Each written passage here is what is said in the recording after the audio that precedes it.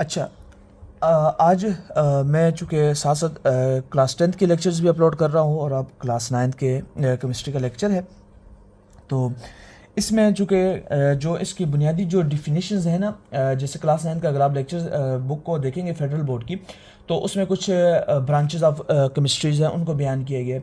इसके बारे में मैं जो है तो साथ साथ जब मैं टॉपिक पढ़ा रहा हूँगा, ये कुछ ख़ास टॉपिक पढ़ाऊँगा, तो वहाँ पे मैं बेसिकली इन ब्रांचेस को साथ साथ डिस्कस करूँगा, ताकि आपको थोड़ा सा नॉलेज हो जाए कि ये ब्रांचेस कहाँ कहाँ इम्प्लीमेंट हुई हैं, कहाँ पे इनको जो है तो इम्प्लीमेंट किया गया है।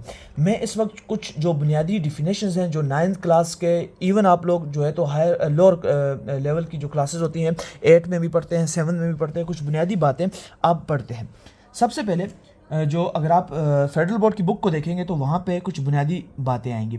उसमें एक वो चीज़ वो पूछते हैं कि मैटर क्या होता है। तो एक बुनियादी बात समझ लीजिए, मैटर के बारे में एक बुनियादी डिफिनेशन जो कि लोअर लेवल पे भी आपने सुनी होगी, anything that occupy space and has a mass is called matter।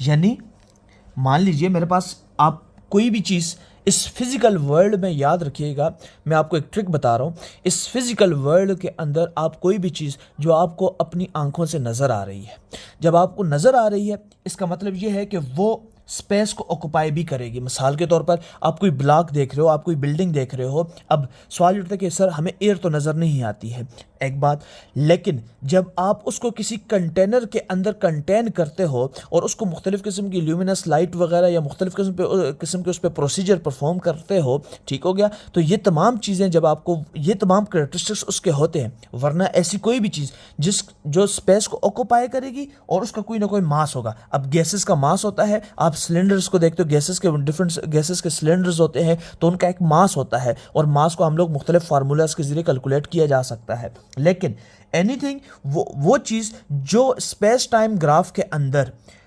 अपना एक मास रखेगी और वो कोई जगह को भी घेरेगी, इसे कहते हैं हम लोग मैटर। ये एक मैटर की जो बुनियादी डिफिनेशन है, इसको आपने याद रखना है।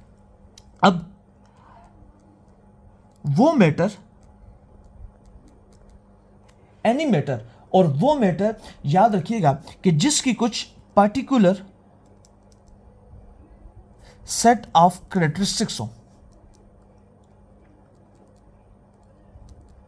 मिसाल के तौर पर अगर आप देखोगे वाटर को, for the sake of water मेरे पास एक मैटर है, क्योंकि पानी एक जगह भी गिरता है और उसका मास भी होता है, तो अब इसकी कुछ सर्टन कैरेक्टरिस्टिक्स हैं, यानी सर्टन कैरेक्टरिस्टिक्स में आ जाता है हमारे पास इसका बॉइलिंग पॉइंट आ जाता है, ये फिजिकल प्रॉपर्टीज वगैरह है, और इसका मेल्टिंग पॉइंट आ जाता है, फिर इसके कुछ रिएक्शंस वगैरह आ जाते हैं, इसका कोई कंबस्टन एनालिसिस आ जाता है, डिफरेंट, और इसके अलावा डिफरेंट किस्म के जो है तो मुख्तलिफ किस्म के इसके जो फिजिकल एंड केमिकल प्रॉपर्टीज़ वगैरह होती हैं कि ये रिएक्शंस वगैरह परफॉर्म करता है, यानी ये एम्फोटेरिक सब्सटेंस है। तो इसकी कुछ certain set of characteristics properties होती हैं जो बेसिकली इसको डिफर करती हैं, डेट डिफर इट। इसे किससे डिफर करती हैं? बेसिकली अनदर काइंड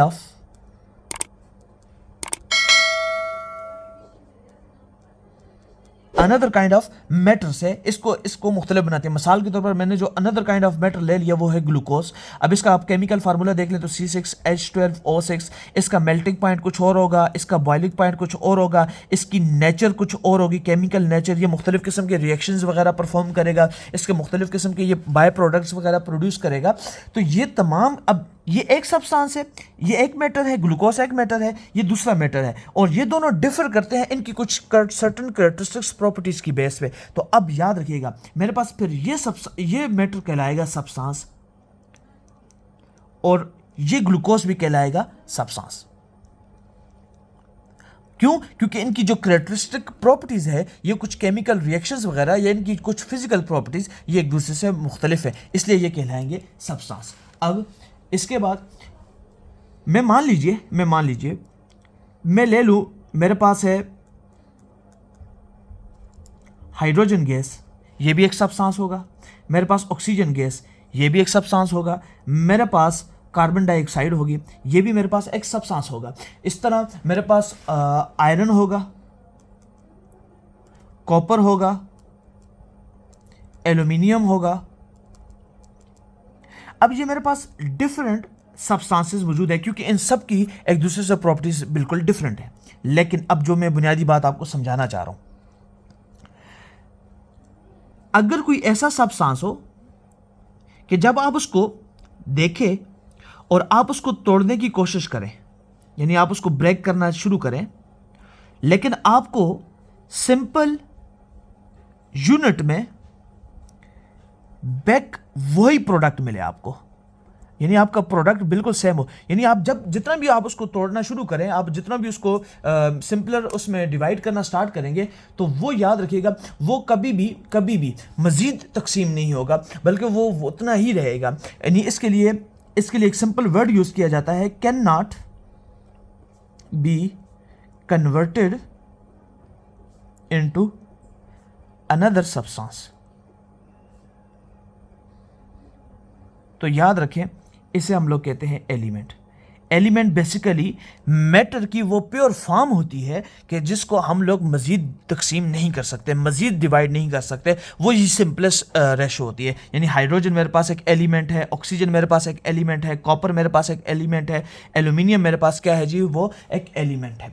लेकिन मैंने यहाँ पे लफ्ज़ लिखा कार्बन डाइऑक्साइड। अब आप कहोगे सर कार्बन डाइऑक्साइड में तो एक कार्बन एलिमेंट है और एक ऑक्सीजन, तो याद रखिएगा कंपाउंड की डिफिनेशन यही है।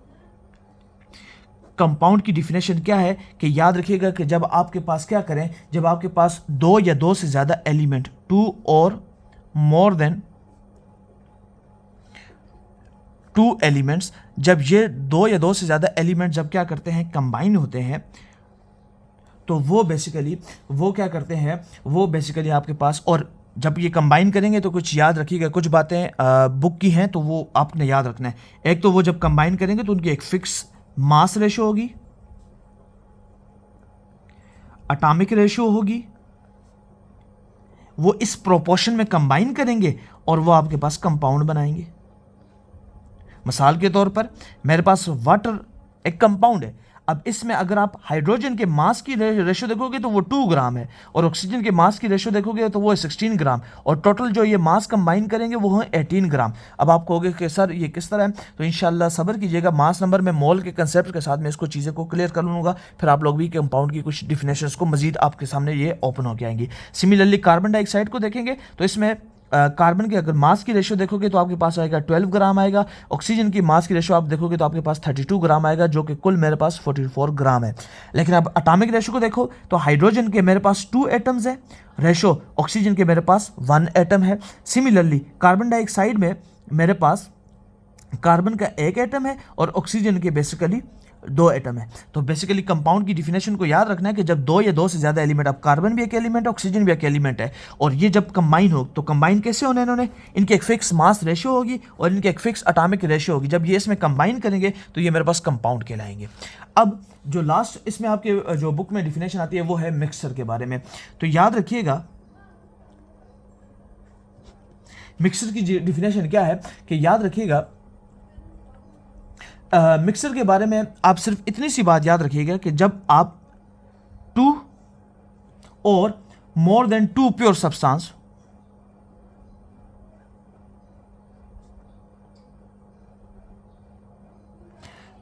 को क्या करें, जिनकी जो रिटेन करें, अब ये किस चीज को रिटेन करेंगे, ये रिटेन करेंगे अपनी केमिकल कैरेक्टरिस्टिक्स को।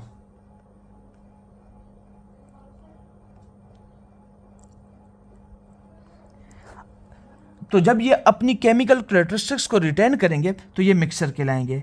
अब ज़रा आप कहोगे कि सर ये इसका मतलब क्या है, इसका मतलब बड़ा सादा अल्फाज में इसको समझ लीजिए। मान लीजिए आपने शुगर को वाटर के अंदर मिक्स किया, अब आपने 2 सब्सटेंसेस लिए, यानी शुगर लिया और आपने वाटर लिया, दोनों प्योर सब्सटेंसेस हैं, आपने लिया और आपने इनको मिक्स किया। अब जब आपने इनको मिक्स किया तो इनकी कुछ केमिकल करेक्टरिस्टिक्स होगी। केमिकल करेक्टरिस्टिक्स ये होगी कि ये कुछ एक न्यू प्रोडक्ट फॉर्म करेंगे, ये एक न्यू सॉल्यूशन बनाएंगे, इनके अंदर बॉन्डिंग बनेगी, बॉन्ड ब्रेक करेगा, न्यू बॉन्ड्स फॉर्म करेंगे।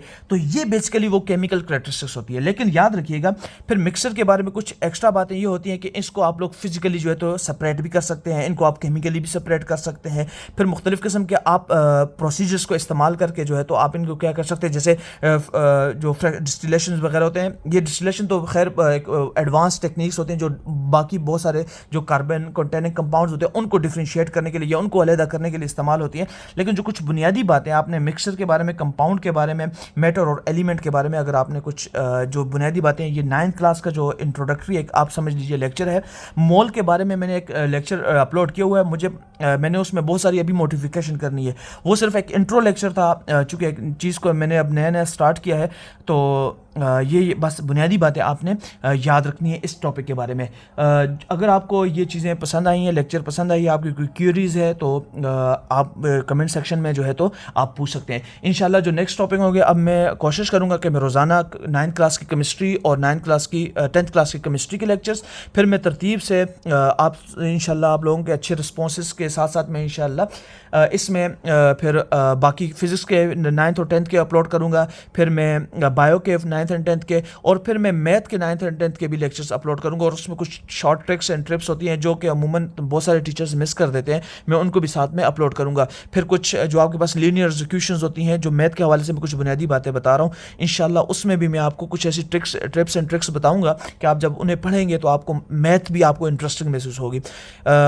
इसके साथ साथ एक बुनियादी बात, आप स्टिक रहें, इंशाल्लाह आपको at the end of the lecture और इस सेक्शन के एंड पे, इस चैप्टर्स के एंड पे आपको मैं इंशाल्लाह वर्ड प्रिंटेड डॉक्यूमेंट्स भी आपको मैं प्रोवाइड करूँगा PDF की फॉर्म में, वर्ड की फॉर्म में, कि ताकि आप लोग जब एग्ज़ाम्स के लिए अपेयर हों तो आपके पास मटेरियल मौजूद होगा, आप बस वही पढ़ना, आप एग्ज़ाम में उसके साथ चले जाना। इंशाल्लाह आपको पूरे के पूरे यानी कि वो मार्क्स मिलेंगे जो आपकी इंशाल्लाह मेहनत होगी और आपके साथ जो मेरा टाइम स्पेंड होगा। Thank you so much.